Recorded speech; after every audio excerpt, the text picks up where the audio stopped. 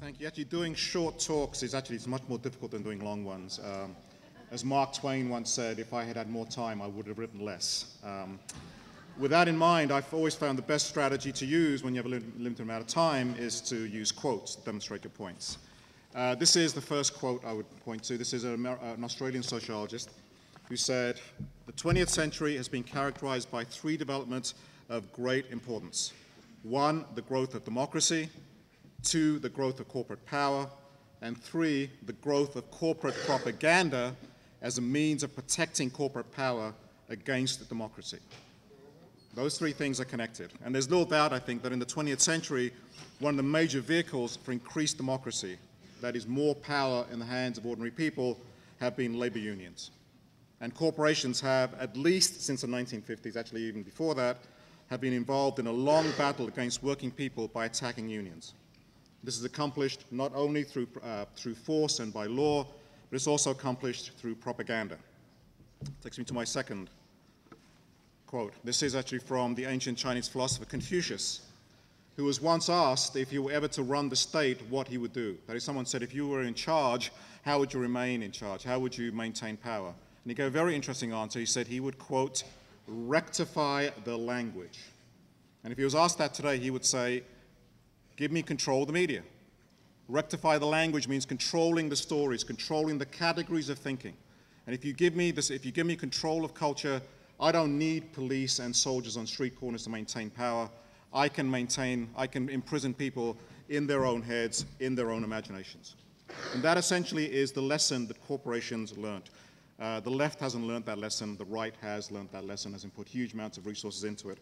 And in fact, they've learned the lesson of Confucius really well and have set up permanent structures of rectification. Those permanent structures of rectification are the advertising industry, the public relations industry, and the corporate media. Let's go to the third quote. This is actually from, you remember the film All the President's Men, that's based on the cover-up of Watergate by the Nixon administration, and Woodward and Bernstein, the reporters, are following the story, but they get stuck, and their source in the White House is this person they named Deep Throat, who can't tell them directly what's going on, but he gives them hints. And the most important hint that he gives them, he says, if you want to understand what's going on, follow the money. It's always really good advice, especially when you have a system based on money. If we were to follow the money when it comes to the media, what would we find? We'd find the media are not only giant corporations themselves, but that they are owned by other giant corporations. Naturally then, they will reflect the interests of their owners. That shouldn't come as a surprise to us. If we follow that on, who funds the corporate media? Well, it's advertisers.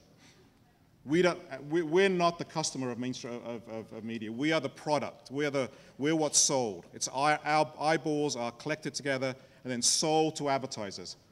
Where does the money come from? From television? 100% from advertisers. For newspapers, about 80%. From magazines, 50 to 80%. If we were the customers of media, then media would look very different because they'd have to cater to our demands and to our needs. We are not the consumers. Given this, it shouldn't be surprising then that the output of media will reflect the interests of their owners and will reflect the interests of their major customers, i.e. corporations. While Fox News is the most, I feel sick every time I say that word actually.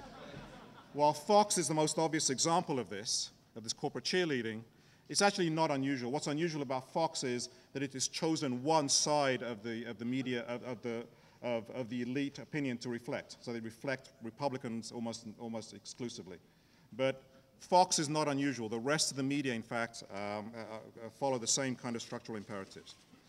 What does this mean then for the specifics of how things will be reported? Firstly, reporting will be from the viewpoint of business and corporations. That's just natural.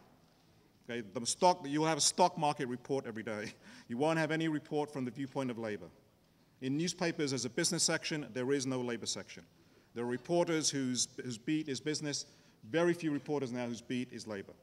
Secondly, important parts of the budget will be invisible, especially those parts of the budget that corporations, the corporations benefit from. That's actually a huge part of the budget, as Joe Comerford mentioned. The most important part is the military-industrial complex, which is absent from this discussion.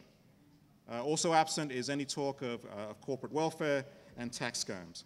But, I mean, the military-industrial complex is the the most efficient system ever invented for transferring public money to private hands with no social benefit. And that is invisible, so people actually don't know how big the budget is. As many people have pointed out, the current attack on collective bargaining rights of unions has nothing to do with money or the lack of it, but is a direct attack on the one institution that working people still have at their disposal to resist the demands of corporations. The Democratic Party has long ago, as we know, been swallowed up by corporate interests and corporate money. So the reporting will also be explicitly anti-union. That is just built into the structure of mainstream media. If you want to go to alternative stories, the only place you'll find it is in the independent media. They're independent of corporate sources, corporate funding. Those are places committed to the truth. Mainstream journalism has long ago given up any commitment to the truth in favor of commitment to covering the voices of those who have the most amount of resources to put into the rectification of language. Essentially, journalism cannot exist within the corporate system that we have at the present time. The most important thing to recognize is to recognize the primary role of, I would say, the rectification of language, the primary role that it plays, and to engage in that struggle.